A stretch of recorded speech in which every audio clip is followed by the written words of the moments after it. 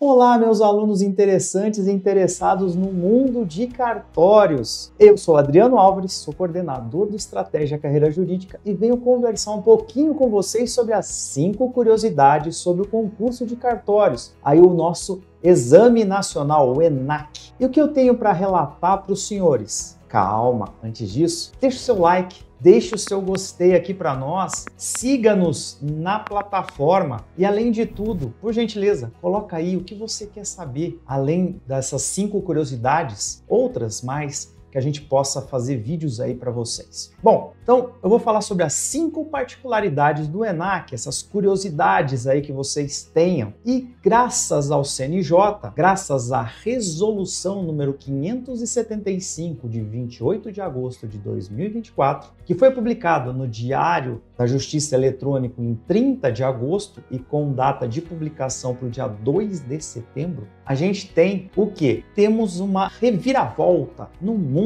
dos concursos de cartórios, no mundo das serventias extrajudiciais. E a primeira curiosidade aí que eu tenho para relatar para os senhores é que você não está competindo com ninguém. Você tem um alvo a ser delimitado, algo certeiro, algo que é para você mesmo, é você contra você mesmo. E para isso você tem que estar nessa dedicação para alcançar o objetivo. E qual é o objetivo, Adriano? Aí vai depender de onde você vai e para onde você vai concorrer. Se você vai concorrer para a ampla escolha, o seu alvo, o seu objetivo é 70% da prova. Logicamente que se você for concorrer aí, no caso de candidatos autodeclarados como deficientes, negros ou indígenas, o seu alvo é de 50%, como diz lá a resolução 575, que alterou a nossa resolução maior a 81 lá do CNJ. E para isso, você vai ter que estar aprovado neste limitador, dependendo de onde você vai concorrer. Logicamente que aqueles que são autodeclarados vão passar para uma banca examinadora. E se você não estiver adequado àquilo, você vai concorrer na ampla escolha. Bom, perfeito, senhores. Então aqui nós temos o nosso primeiro embate. E qual é o segundo? O segundo é a quantidade de membros, né? E o alcance disso. Então nós vamos ter aí a quantidade de membros e o alcance. Nós vamos ter na quantidade de membros, né, ou a conexão com 4 representantes da magistratura do Poder Judiciário, um representante, um membro do Ministério Público, um advogado, um registrador e um tabelião. Dentro disso, nós teremos o quê? Teremos que ter ofícios para estes órgãos, ou seja, o CNMP vai ter que declinar, vai ter que determinar qual é o representante do Ministério Público. A OAB Nacional vai ter que dizer qual é o advogado que vai compor estes membros para o nosso Exame Nacional de Cartórios. E a nossa ANOREG vai dizer qual é o notário e qual o registrador que vai compor a banca, para que eles possam formar essa comissão. E aí sim dar ensejo ao primeiro Exame Nacional de Cartórios. Todos vão ser convidados aí, como diz a resolução,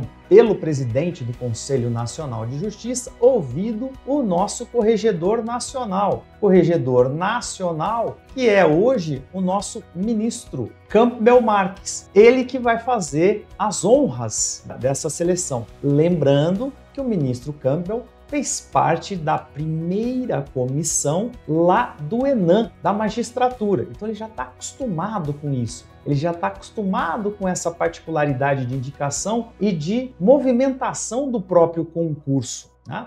O que nós teremos aí de temáticas e questões aí para conversar com os senhores nesse nosso terceiro item de curiosidades? Primeiro, que a prova vai ser objetiva com 100 questões. 100 questões elaboradas para um raciocínio e uma resolução de problemas, é o que diz a resolução. Quem vai ser o grande órgão, o grande gestor disso? Deve ser o mesmo do ENAM, a Fundação Getúlio Vargas, a FGV. E além da FGV, o que nós temos de particularidades, Adriano? Além dessas 100 questões, Qual vai ser o número de questões por item, por bloco? Veja, senhores, nós temos lá os seguintes itens, né, para que a gente tenha essa análise do ENAC. 1. Registros públicos. 2. Direito constitucional. 3. Direito administrativo. 4. Direito tributário. Direito civil, direito processual civil, direito penal, direito processual penal, direito comercial. Olha só, nomenclatura antiga, não está direito empresarial, está direito comercial. E aí nós teremos conhecimentos gerais e língua portuguesa. Não estamos muito acostumados à língua portuguesa em primeira fase nos nossos concursos de cartório, mas aqui teremos algo de língua portuguesa sim. Veja, senhores, quantas questões teremos? Adriano, você se dedica, se indica quantas questões teremos por cada uma dessas disciplinas? Bom, senhores, se ficarmos na linha da FGV, eu vou dar aqui um spoilerzinho para os senhores do que vamos fazer lá no nosso curso especial. Um curso que estamos preparando para os senhores agora em setembro. Que curso é esse? O curso da prévia do ENAC. E o que nós estamos pensando, senhores? Pensando na gestão GV. A FGV gosta muito de dar um patamar alto a algumas disciplinas e menor a outras. Mas o que nós teremos aí de perspectiva, Adriano? Levando em consideração aí outros concursos que a GV fez, outros concursos que a GV monitorou, nós temos aí algumas disciplinas, algumas regrinhas aí para conversar com os senhores. Qual será essa regrinha, Adriano? Qual será esse índice? Qual será esse número?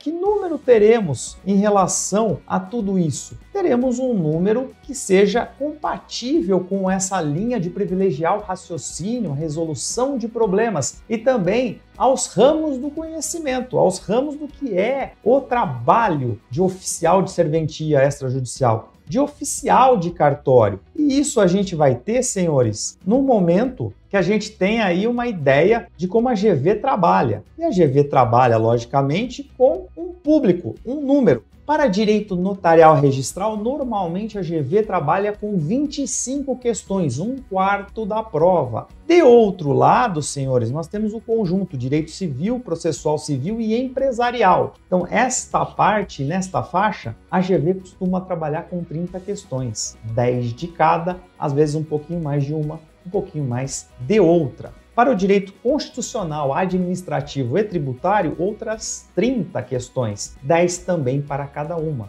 Para direito penal e processual penal, a GV costuma trabalhar com 10 questões, por volta de 5 para cada. E para conhecimentos gerais e agora a inserção de língua portuguesa, podemos pensar em algo em torno de 5 questões. Então podemos pensar numa linha dessa? Podemos. Podemos ter algumas mudanças de percentagem entre as questões e entre as disciplinas? Sim, podemos. Vamos aguardar o edital. Mas aí fica a dica para os senhores e aí a gente bota em tela cheia aí para que vocês tenham essa análise, né, de toda essa temática. O ENAC também vai poder ser substitutivo de prova objetiva. Apesar da gente achar que isso não deva ocorrer em grandes centros, como São Paulo, Minas Gerais, Bahia, mas em pequenos centros pode ser que isso aconteça. Ele seja o substituto da primeira fase, o substitutivo da primeira fase. E aí a gente já encarna os candidatos que se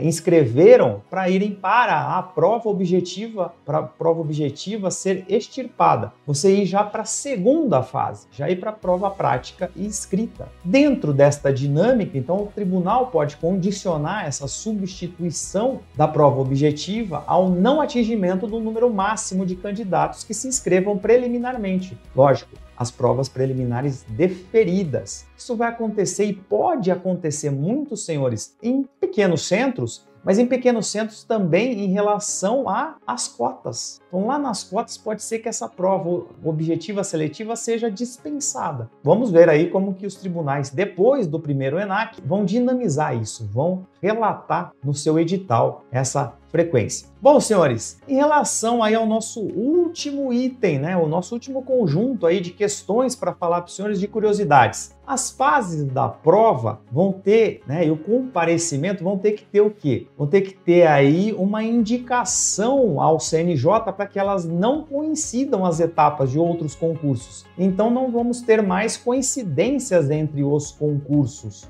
E essa antecedência mínima vai ser de 15 dias, onde a comissão deve informar ao CNJ quais são as datas programadas. E aí isso vai ser colocado num banco de dados, onde todas as etapas vão ser organizadas aí pelo CNJ e não vão poder coincidir. Logicamente que as datas não coincidem, mas as épocas podem coincidir. Ou seja, eu posso estar fazendo uma primeira fase em uma semana e em 2, 3 dias depois eu estar fazendo uma etapa aí de fase oral, por exemplo. E essas etapas aí vão ser organizadas para que o candidato compareça no máximo em 1 dia por etapa, salvo a segunda etapa, que é a fase escrita e prática, que pode ser realizada em até 2 dias. Olha só que curiosidade que nós temos aí do nosso ENAC. E para você que for aprovado, o nosso ENAC tem validade de 4 anos para que você possa se candidatar a todos os concursos do país que abram neste período de 4 anos. Boa sorte, sucesso e nos aguarde, porque nos próximos dias vamos conversar um pouco mais sobre o ENAC e vamos falar sobre o nosso projeto dentro do Estratégia Carreira Jurídica. Forte abraço e até mais!